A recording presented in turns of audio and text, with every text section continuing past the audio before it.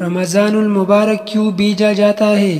ایک شخص دہاڑی یعنی روزانہ کی اجرت پر کام کرتا تھا۔ اسے روزانہ 500 روپے ملتی تھی۔ ایک دن وہ کام پر گیا تو مالک نے کہا کل سے تمہیں اجرت 500 روپے ہی ملے گی، مگر یہ 500 پاکستانی روپے نہیں بلکہ کویتی دینار ہوگی۔ 500 کویتی دینار یعنی تقریباً 1.5 لاکھ روپے، اور مزید تم جتنے گھنٹے زائد کام کرو گی اس کی اجرت بھی تمہیں کویتی دیناروں میں ملے گی۔ یہ اعلان سن کر وہ کس قدر خوشی میں ڈوب جائے گا، کہا روزانہ 500 اور کہا 1.5 لاکھ۔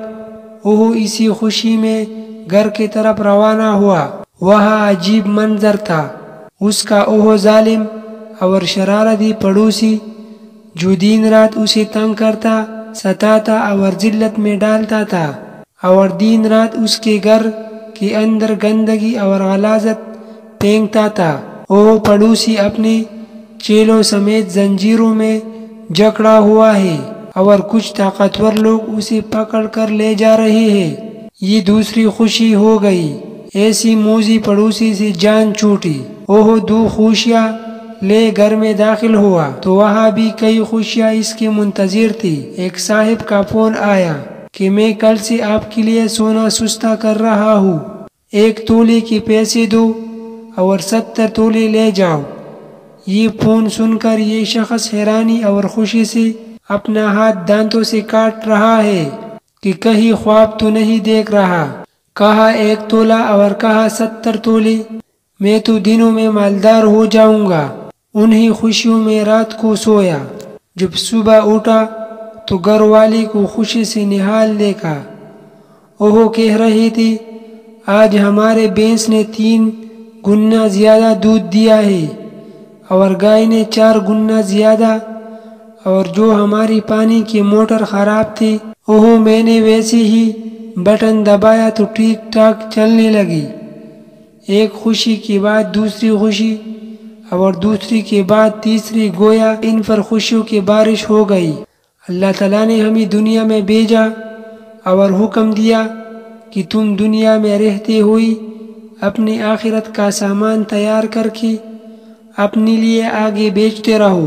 جب آخرت میں تمہاری ہمیشہ کی زندگی شروع ہوگی تو یہ سامان تمہارے بہت کام آئے گا، اور جو یہاں رہتے ہوئے اپنے لیے سامان آگے نہیں بھیجے گا وہ وہاں بہت پچھتائے گا، بہت حسرت کرے گا اور بار بار کہے گا کہ مجھے دنیا میں دوبارہ بھیجا جائے۔ اب مجھے راز سمجھ آ گیا ہے، میں دنیا میں جا کر اپنے آخرت کے لیے بہت سامان بھیجوں گا اور دنیا میں جا کر دنیا بنانے میں قابل نہیں ہو جاؤں گا۔ دنیا میں رہتے ہوئے اپنے آخرت کے لیے جو سامان بھیجا جاتا ہے وہ ہے ایمان اور عمل صالح۔ پھر عمل صالح یعنی نیک اعمال میں فرائض ہے، سنت ہے اور نوافل و صدقات۔ تجربہ کار آدمی جب سفر پر جانے لگتا ہے تو اپنے سامان میں ضرورت کی ہر چیز رکھتا ہے، اسی طرح عقل مند آدمی اپنے آخرت کے لیے ہر طرح کی نیکیاں زیادہ سے زیادہ جمع کر کے بیچتا ہے، کیونکہ وہ جانتا ہے کہ وہ ہمیشہ کی زندگی ہے اور اس میں ہر طرح کی نیکیوں کی مجھے ضرورت پڑ سکتی ہے۔ یہ عقل والے لوگ دن رات محنت کر کے یہ نیکیاں بناتے ہیں، کماتے ہیں اور اپنے لیے آخرت میں بیچتے ہیں۔ تب اللہ تعالیٰ کی شان بادشاہی اور شان سخاوت جوش میں آتے ہیں، اور ان مزدوروں کے لیے ایک مہینہ ایسا بیچ دیا جاتا ہے جس میں ہر عمل کی قدر قیمت اور وزن میں اضافہ ہو جاتا ہے۔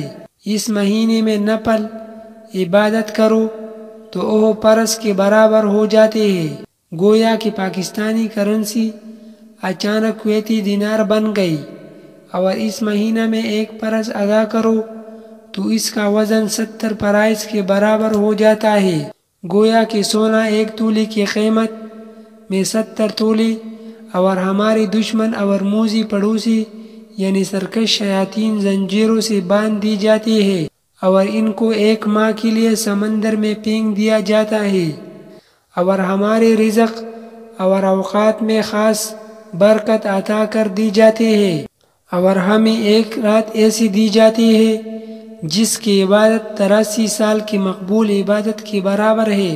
یہ سب اس لیے ہوتا ہے تاکہ ہم آخرت کے لیے زیادہ سے زیادہ سامان تیار کر لیں، کیونکہ آخرت کی زندگی بہت بڑی اور بہت لمبی ہے اور دنیا مختصر، تو اس مختصر سے وقت میں اللہ تعالیٰ اپنے فضل سے ایسے اوقات عطا فرماتا ہے جن میں شاہی سخاوت کا قانون حرکت میں آ جاتا ہے، اور یوں ہم بہت زیادہ فرائض، سنت، نوافل اور عبادت جمع کر کے آگے بھیج سکتے ہیں، اور اپنے سفر کی بریف کیس کو کارآمد چیزوں سے خوب بھر سکتے ہیں۔